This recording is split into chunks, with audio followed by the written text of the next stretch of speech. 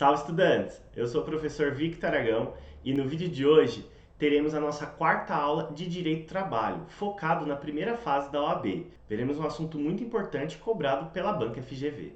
E o assunto da aula de hoje é sobre remuneração, um assunto importante, e estudaremos o artigo 453 e os principais pontos para sua prova do artigo 458 da CLT.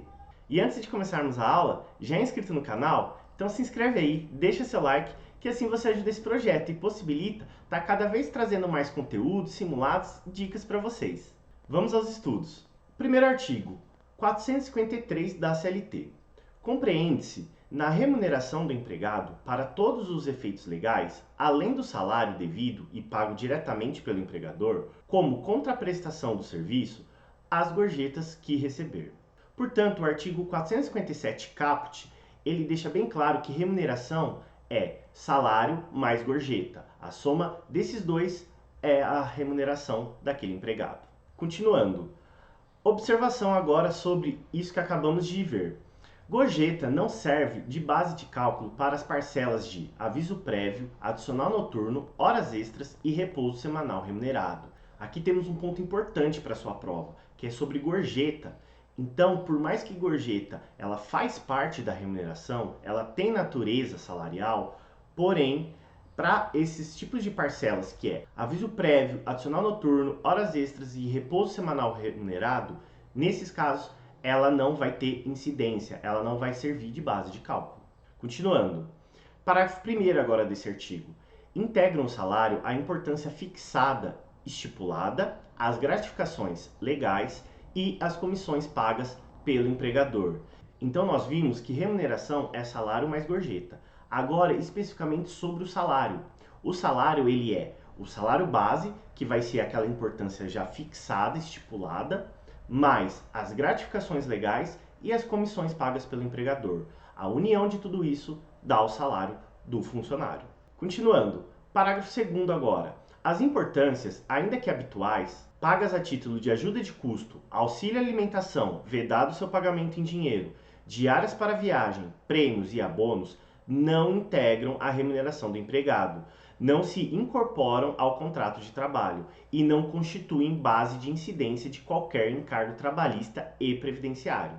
Então, o parágrafo 2º, ele explica que não vai servir de base de cálculo, tem natureza indenizatória e não natureza salarial, ajuda de custo, auxílio alimentação, diárias para viagem, prêmios e abonos. E especificamente sobre o auxílio alimentação, ele ainda fala que é vedado o seu pagamento em dinheiro. Continuando, parágrafo 3º. Considera-se gorjeta não só a importância espontaneamente dada pelo cliente ao empregado, como também o valor cobrado pela empresa, como serviço ou adicional a qualquer título e destinado à distribuição aos empregados. Assim, gorjeta não é apenas aquilo que o cliente dá de forma espontânea para o empregado. Portanto, aquilo que é cobrado pela empresa para a prestação de serviço também vai ser considerado como gorjeta para distribuir aos empregados. Continuando, agora o parágrafo 4º.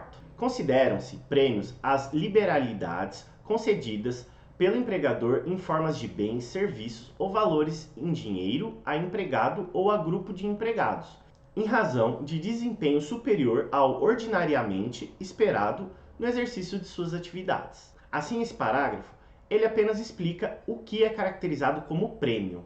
Continuando, agora vamos ver outro artigo, que é o artigo 458 da CLT, pontos importantes que pode cair na sua prova. O caput. Além do pagamento em dinheiro, compreende-se no salário, para todos os efeitos legais, a alimentação, habitação, vestuário ou outras prestações in natura que a empresa, por força do contrato ou do costume, fornecer habitualmente ao empregado. Em caso algum será permitido o pagamento com bebidas alcoólicas ou drogas nocivas. Então, o caput desse artigo, ele explica o que é o salário in natura, que vai ser aquela parte do salário paga em alimentação, habitação, vestuário ou outro tipo de prestação. Nesse caso, tem que ser o fornecimento habitual ao empregado. É isso que vai caracterizar esse salário in natura, a habitualidade ou por força de contrato ou por força de costume. Continuando, parágrafo 2º agora desse artigo. Para os efeitos previstos nesse artigo, não serão considerados como salário as seguintes utilidades concedidas pelo empregador. Portanto, o que veremos agora são situações que, em hipótese alguma, será considerado salário. Elas não possuem a natureza salarial. Vamos lá. Inciso 1. Vestuários, equipamentos e outros acessórios fornecidos aos empregados e utilizados no local de trabalho para a prestação do serviço. Já nesse inciso 1, vemos uma diferença. Enquanto o salário in natura que já estudamos é sobre dar vestuários, dar habitação para o empregado, aqui vão ser alguns bens dados ao empregado para utilização no local de trabalho. Então não vai ser um salário pelo serviço prestado. Aqui vai ser equipamentos, vestuários ou qualquer outro tipo de acessório dado para o trabalho, para a prestação do serviço. Isso não vai ser caracterizado salário. Inciso 2. Educação em estabelecimentos de ensino próprio ou de terceiros, compreendendo os valores relativos à matrícula, mensalidade, anuidade, livros e material didático. Então essa educação dada pelo empregador para o empregado não está caracterizado como salário. 3. Transporte destinado ao deslocamento para o trabalho e retorno em percurso servido ou não por transporte público. Então aquele auxílio para o transporte não é caracterizado salário. Inciso 4. Assistência médica, hospitalar e odontológica, prestada diretamente ou mediante seguro-saúde. Então essas assistências também não consideram salário. Inciso 5. Seguros de vida e acidentes pessoais. Portanto, seguros também têm natureza indenizatória, assim como previdência privada. E por último, o valor correspondente ao Vale Cultura. Então esse valor não tem natureza salarial. E eu não pulei o inciso 7, é que ele foi vetado, então ele não cai na sua prova. Próximo parágrafo.